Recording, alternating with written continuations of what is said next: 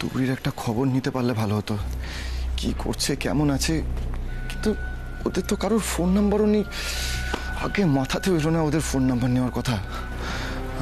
আমি কি একবার তাহলে হসপিটালে যাব? মনে হচ্ছে একবার হসপিটালে গেলে বেশি ভালো হতো। তুবড়ির খবর নেওয়াটা খুবই ইম্পর্টেন্ট। দাদু ভাই, তুই এত রাত্রে এখানে ঘুমোসনি? তুমি এত রাত্রে আসতে গেলে কেন?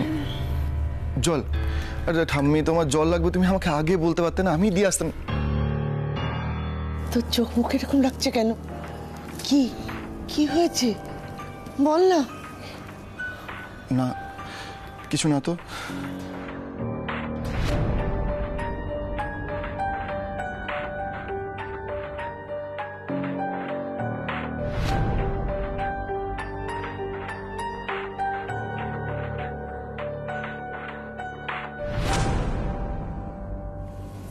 দাদা,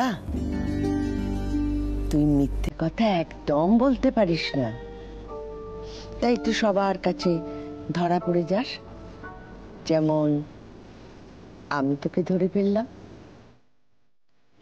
তোর মাও তোকে ধরে ফেলে, তবে তার শাসন করার পদ্ধতিটা আলাদা, তাই তুই ধরতে পারিস না। আচ্ছা দাদা, তুই তো সব কথা আমার সঙ্গে শেয়ার করিস, তো কেন বলছিস না? বল না, কি হয়েছে বল দাদা, বল বল। ঠাম্মি, আমি তোমাকে বলতেই পারি, ইনফ্যাক্ট তোমাকে বলতে পারলে না আমি ভেতর থেকে হালকা ফিল করব। বল। ওই তুমি আমার ওই স্পেশাল ফ্রেন্ডের ব্যাপারে বলতে না, জানো তো ও খুব ভালো একটা মেয়ে, মানে তুমি ওর সাথে কথা বললেই বুঝতে পারবে। ওর মতো মেয়ে আমি আগে একটাও দেখিনি, একটাও না। আরে এত রাত্রে কার ফোন? তার আননোন নাম্বার। ঠাম্মি, হ্যালো। অর্জুনদা, আমি রনি, রাজেন ব্যানার্জি আমার বাবা। হ্যাঁ বুঝেছি, কিন্তু তুই আমার নাম্বার কোথায় পেলি? হসপিটালে যখন ব্লাডের খবরটা দিতে গেছিলাম তখনই তোমার বন্ধু কদমাদার থেকে আমি নাম্বারটা নিয়ে রেখেছি, একটা জরুরি দরকার ছিল। আচ্ছা বল, কি হয়েছে সেটা বল। মা তুবড়িদির খবরটা পাওয়ার পর থেকে পাগল হয়ে উঠেছে তুবড়িদিকে শেষ করে দেবে বলে। আমার মামাই খবরটা দিয়েছে মাকে। এখন তুবড়িদির যদি কিছু হয়ে যায়, আমার মনে হলো একমাত্র তুমিই পারো তুবড়িদিকে বাঁচাতে। না, ওর কিচ্ছু হবে না, আমি থাকতে ওর কিচ্ছু হতে দেবো না। তুই ফোনটা রাখ, আমি দেখছি।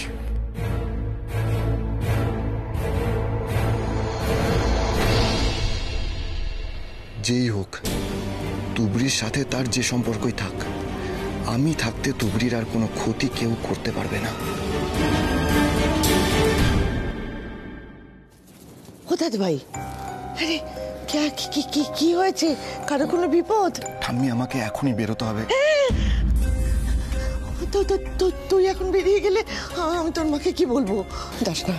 আমার এখন এত কিছু ভাবার সময় নেই ঠাম্মি, আমাকে বেরোতে হবে, মানে বেরোতে হবে। এই নিয়ে হাও। তুই কেন বুঝতে পারছিস না?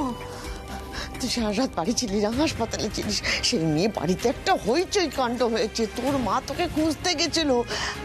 এখন যদি তুই বাড়িতে না থাকিস, ওরে বাবা রে, কারো কিছু হয়েছে আমাকে বল, আমাকে বল। তোমাকে সব বলবো বলবো বলছি তো, আমি যাই আসি তারপর সব বলবো। আচ্ছা শোনো শোনো ঠাম্মি, আমার কাছে একটা প্ল্যান আছে। বলছি, এটা যদি করি না, মায়ের বোঝার কোনো ক্ষমতা নেই যে আমি ঘরে নেই। শোনো,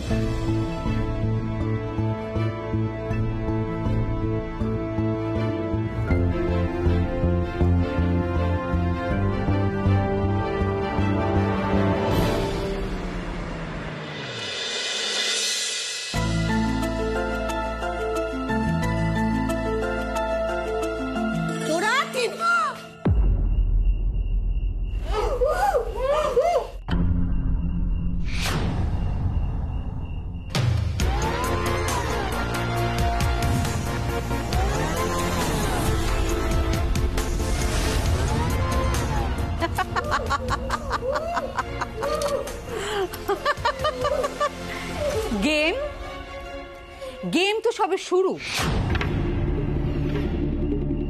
আমার ভাইকে পুলিশে ধরিয়ে দিয়েছিস, কি ভেবেছিলি পার পেয়ে যাবি? আজ তোদের শেষ করে ছাড়বো। হ্যাঁ, কেউ বাঁচাতে পারবে না।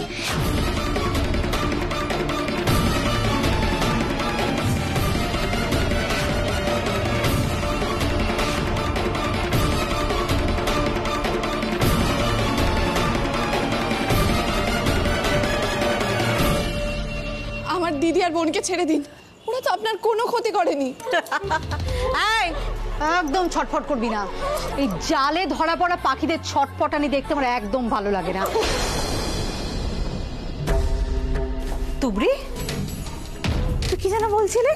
হ্যাঁ, তোর বন্ধু ছেড়ে দেবো আমি? হ্যাঁ, আমার ভাইকে পুলিশে দিয়েছিস আর তার ফল তোর বোনেরা ভোগ করবে না? সেটা কি সম্ভব নাকি? আমরা কিন্তু আপনার সাথে অশান্তি বাঁধাতে যাইনি। আপনার ভাই এসেছিল আমাদের দোকানে ভাঙচুর করতে, তারপর আমার ওপর গুলি চালিয়েছিল। পুলিশ জিজ্ঞাসাবাদ করতে এসেছিল, আমি বলে দিয়েছি।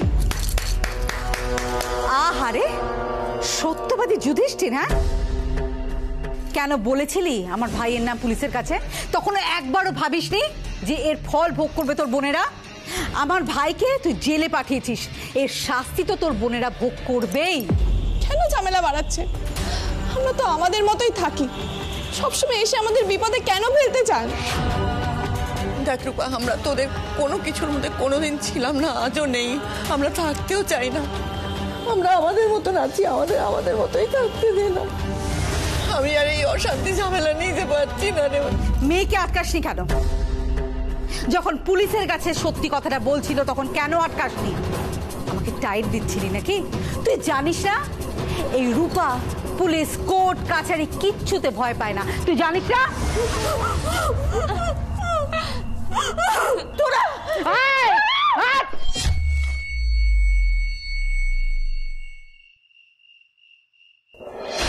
খবরদার, কিচ্ছু করতে পারবি না।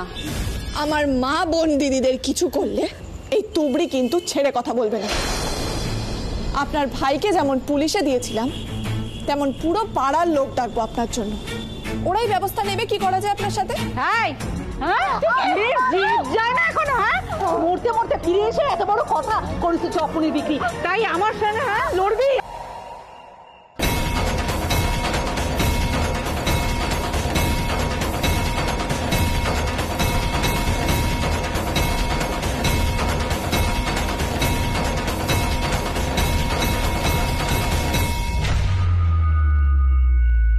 ওর গলার কত এখনো শুকোয়নি, কেন এরকম করছো? সর্বনাশ হয়ে যাবে ওর। মরুক, মরে যাকো। শোন, আমার ভাই যদি ফিরে না আসে আমি এখান থেকে কোথাও যাব না। আর তোর এই তিন বোনকে কি করে সাহায্য করতে হয় এই দুই গুন্ডা আছে খুব ভালো মতো জেনে নেবে। না না, তুই বল কি করতে হবে, আমি তাই করব, তুবড়ি তাই করবে। এই তো পথে এসেছো। হ্যাঁ, থানায় গিয়ে বলবি এই কমপ্লেন গুলো সব মিথ্যে, পুরনো শত্রুতার জেরে এগুলো তুই করেছিস। যতক্ষণ না আমার ভাই ফিরছে আমি এখানেই থাকবো। আর আমার ভাই যদি না ফেরে তাহলে এই গুন্ডাগুলো তোর এই তিন মেয়ের কি ব্যবস্থা করে তুই শুধু দেখে নিবি। আপনার ভাই আমার ওপর গুলি চালিয়েছিল, তারপর গুন্ডা দিয়ে দোকানে ভাঙচুর করিয়েছে, এরপর ওকে আমি ছেড়ে দেবো? তাই নাকি? হ্যাঁ হ্যাঁ,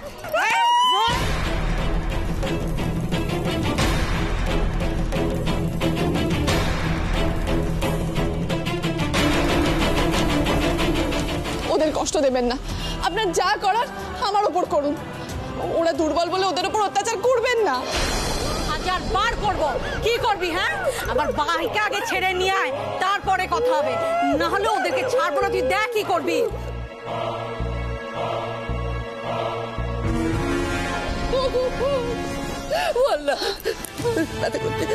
ব্যথা করতে মা, বল না, তুই থানায় যাবি না? ওরা তো দুজনকে ছাড়বে না তো, বল না। তুই যা, আমার ভাইকে ছাড়িয়ে নিয়ে আয় থানা থেকে, আমি ততক্ষণ এখান নেই। আমি থানা যাই, আমি যাই। ও তো অসুস্থ, ও এখনো পুরোপুরি সুস্থ হয়ে ওঠেনি, ওকে বিশ্রাম নিতে হবে। আমি যাচ্ছি, আমি গিয়ে বলবো সব। রক্ত গঙ্গায় ভেসে যাক, 3 মেয়ের রক্তে তুই ভেসে যাবি সাবিত্রী।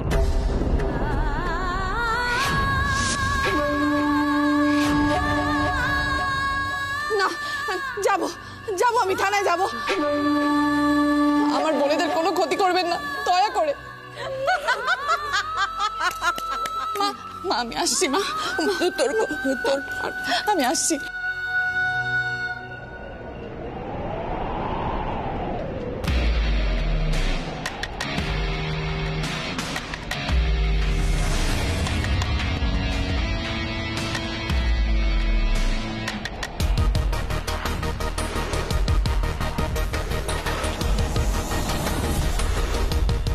থানায় তুবড়ি নয়, যাবে অন্য কেউ।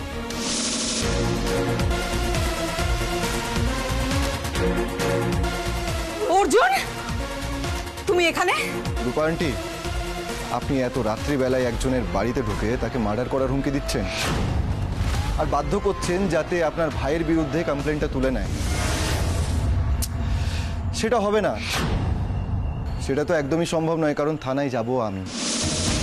আর আমি গিয়ে ওখানে বাধ্য করব বা বলবো যে যাতে আপনার ভাইয়ের সাথে লকআপে আপনাকেও ঢোকানো হয়। তুমি কি বলছো অর্জুন? ঠিকই বলছি, আমি আপনার নামে অ্যাটেম্প টু মার্ডারের কমপ্লেন করব। আপনারা একে অপরকে চেনেন?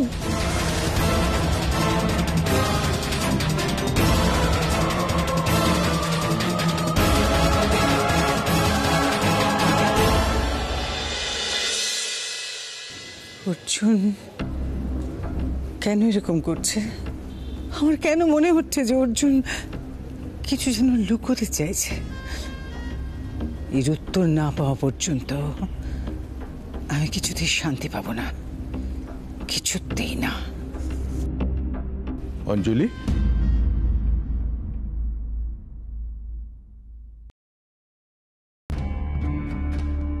তুমি ঘুমোনি? তুমিও তো ঘুমোতে আসোনি অঞ্জলি। অঞ্জলি, তোমার মনে যদি কোনো দুঃখ চাপা থাকে তাহলে সেটা খুলে বলে ফেলা ভালো। যত তুমি চেপে রাখবে তত তোমার দুঃখ বাড়বে, কষ্ট বাড়বে।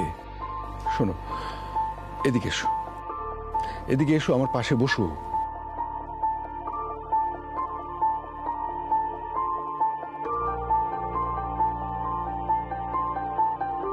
কি হয়েছে অঞ্জলি?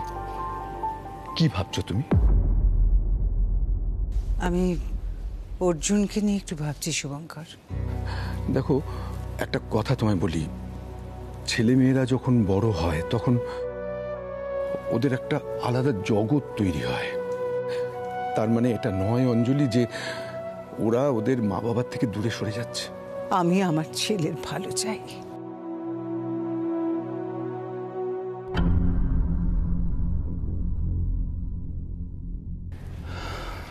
উনি আমাকে কিভাবে চেনেন বা আমি ওনাকে কিভাবে চিনি সেটা এখন ইম্পর্টেন্ট নয়।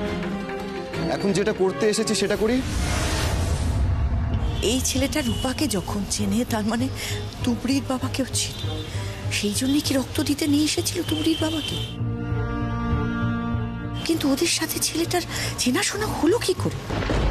রূপা আন্টি, আপনি এখনই আপনার লোকজনদের নিয়ে এখান থেকে চলে যান, নাহলে কিন্তু আপনাকে পস্তাতে হবে। অর্জুন, তোমার মা জানে তুমি এই সব করে বেড়াচ্ছ? অঞ্জলিদি জানে তুমি এই পাড়ায় এসে এই সব করছো? আপনি আমাকে নিয়ে একটু বেশি ভাবছেন না রূপা আন্টি? আমার মা কি জানে কি না জানে সেটা আমাকেই বুঝে নিতে দিন না। মায়ের কাছে জবাবদিহি করতে হয়, আমি করব।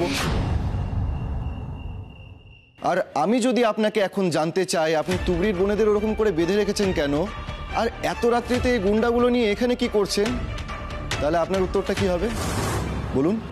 কাম ডাউন। হ্যাঁ, তুমি এসবের মধ্যে ঢুকো না অর্জুন। দেখো, আমি তোমার মায়ের এবং তোমার ফ্যামিলি, তোমার সবার ওয়েলউইশার হয়ে বলছি, please stay out of it. Thanks for your concern aunty, but আপনি হয়তো জানেন না আমার সামনে যদি অন্যায় হয় সেটা কিন্তু আমি সহ্য করি না। আর আপনি যে অন্যায়টা এখন করতে এসেছেন সেটা আটকাতে অন্য কেউ আসুক বা না আসুক, আমি তো আসবই। এই ছেলেটাকে আমি একদিন কত খারাপ ভেবেছি, রূপামাসির দলের লোক ভেবেছিলাম, আমাদের উচ্ছেদ করতে এসেছিল। আপনারা কি একজন ভদ্রলোকের বাড়িতে এরকম করে তুলতে চলে এসেছেন? আচ্ছা তুলবেন, তুলুন, কিন্তু একটু সময় দেবেন তো। কার এত হিম্মত যে আমাদের বাড়ি ছাড়া করবে?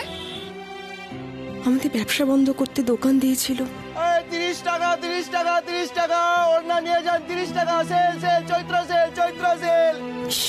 কত উল্টো পাল্টা ভেবেছি, কিন্তু না, ছেলেটা তো একেবারে অন্যরকম। ও তো শুধু তুবড়িকেই বাঁচায়নি, আমাদের জন্যও ছুটে এসেছে। রূপা মাসিকে চেনে, অথচ অর্জুনদা প্রতিবাদ করছে, একেবারে আমার মেজদির মতো। অন্যায় দেখলে, কারোর বিপদ দেখলে অর্জুন তো চুপ করে থাকতে পারে না। আপনার ভাই তো অন্যায় করেছেই, এখন পুলিশে তাকে ধরে নিয়ে গেছে বলে আপনি এখানে রিভেঞ্জ নিতে এসেছেন। ভেবেছেন দুর্বলের উপর যা খুশি তাই করবেন না? যে অন্যায় করে আর যে সেই অন্যায়টা চাপা দিতে চায় সে কিন্তু আরো বড় অন্যায় করছে। শাস্তি কিন্তু দুজনকেই পেতে হবে। আমি এখনই পুলিশে ফোন করবো, এবার ভাইয়ের সাথে আপনিও থাকবেন জেলে। সর্বনাশ, অর্জুন যা শুরু করেছে, সত্যি সত্যি না পুলিশ ডেকে বসে, আমার স্টেটাস প্রেস্টিজ সব জ্বলে যাবে। না না, আমাকে না এখন নরম হতেই হবে। অর্জুন, তুমি জানো তোমার মায়ের সঙ্গে আমার কতদিনের বন্ধুত্ব? আমি তোমাকে এইটুকু অবস্থায় দেখেছি। আমি তোমাদের সবার খুব ভালো চাই। আচ্ছা ঠিক আছে, তুমি যখন বলছো I stay out of this. হ্যাঁ, আমি আর এখানে আসবই না, আর তোমার কথা মতো আমি চলে যাচ্ছি। কেমন? বাই। আমিও আপনার থেকে আশা করিনি যে আপনি আর আপনার ভাই মিলে সমানে এদের ওপর অন্যায় করে যাবেন। আমি জানি আপনারা অনেকদিন ধরেই ডিস্টার্ব করছেন এদের, কিন্তু আর নয়, শাস্তি না পেলে আপনারা একদমই থামবেন না। চলে যাচ্ছি বলে এখান থেকে যাবেন তো ঠিকই, কিন্তু আবার সুযোগ পেয়ে আপনারা ফিরে আসবেন। তাই পুলিশে আমি ফোন করবই করব।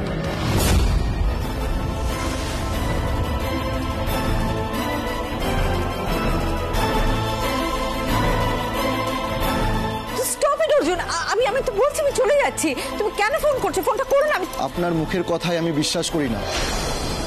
আপনার ভাই একটা জঘন্য কাজ তো করেইছে, একজনকে প্রাণে মারতে চেয়েছিল, আর ওদের ব্যবসা রীতিমতো বাধা দেওয়ার চেষ্টা করে, সেটাও আমি জানি। আর এতে ইন্ধন যে সব আপনার, এটাও আমার জানতে বাকি নেই। তাই পুলিশে আমি ফোন করবই করব। ও মাই গড, আমি এখন কি করি? অঞ্জলিদির ছেলেটা যে এমন শয়তানি করবে কি করে জানবো? আমি যে এখানে এসেছি ও জানতেই বা পারলো কি করে? থাক,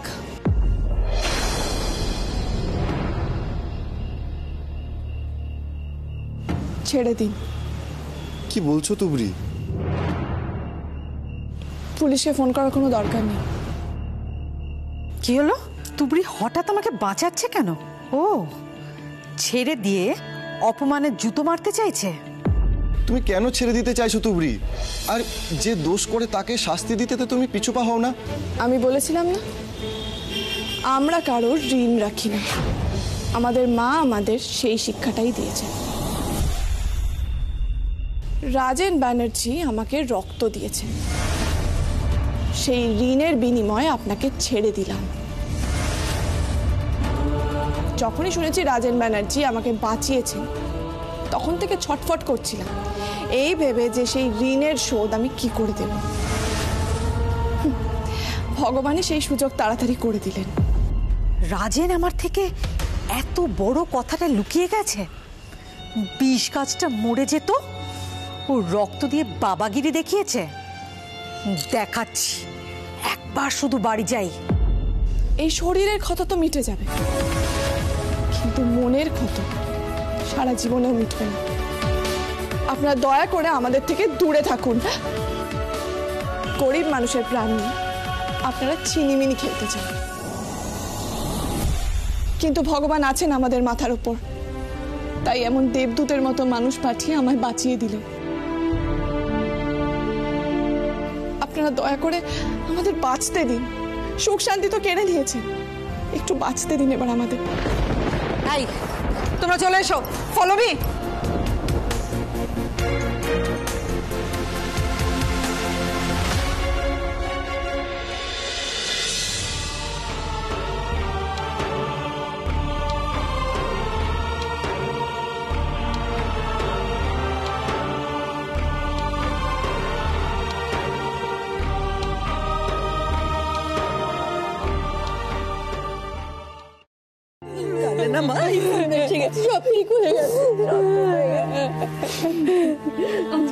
আজকে অর্জুন যদি সময় মতো না আসতো তাহলে কি হতো বলো তো মা? আমরা অন্যায়ের কাছে হার মানতাম। আজকে মেজদির যে অবস্থা করেছিল, মেজদিকে আজকে যেতেই হতো দাদাতে। যখনই আমরা বিপদে পড়েছি তখনই তুমি ঈশ্বরের আশীর্বাদ হয়ে আমাদের সামনে এসে দাঁড়িয়েছো বাবা। আমি জানি না তুমি কে, তুমি কোথায় থাকো, কি তোমার পরিচয়, কিন্তু আমি তোমাকে প্রাণ ভরে আশীর্বাদ করছি বাবা। তুমি জীবনে যা চাও তাই যেন পাও। ঈশ্বর তোমার মনস্কামনা পূর্ণ করুন। আমরা সবাই তোমার কাছে কৃতজ্ঞ বাবা, কৃতজ্ঞ রইলাম সারা জীবনের জন্য। আপনি ওই আশীর্বাদটুকুই আমাকে করবেন, ওটাই আমার পাওনা। করলাম, আশীর্বাদ করলাম। আমার বোন আজ সুস্থ হয়ে ঘরে ফিরেছে তোমার জন্য। আমরা ছাড়া পেলাম তোমার জন্য। আর দেখো, এত কিছুর পরও যে আমরা হাসছি না, সেটাও কিন্তু শুধুমাত্র তোমার জন্য। আমি সবসময় তোমাদের পাশে থাকার চেষ্টা করব। আমি তুবড়ির থেকেই শিখেছি অন্যায় বিপদে মানুষের হাত কখনো ছাড়তে নেই। আমি সবসময় তোমাদের পাশে থাকবো, সবসময়।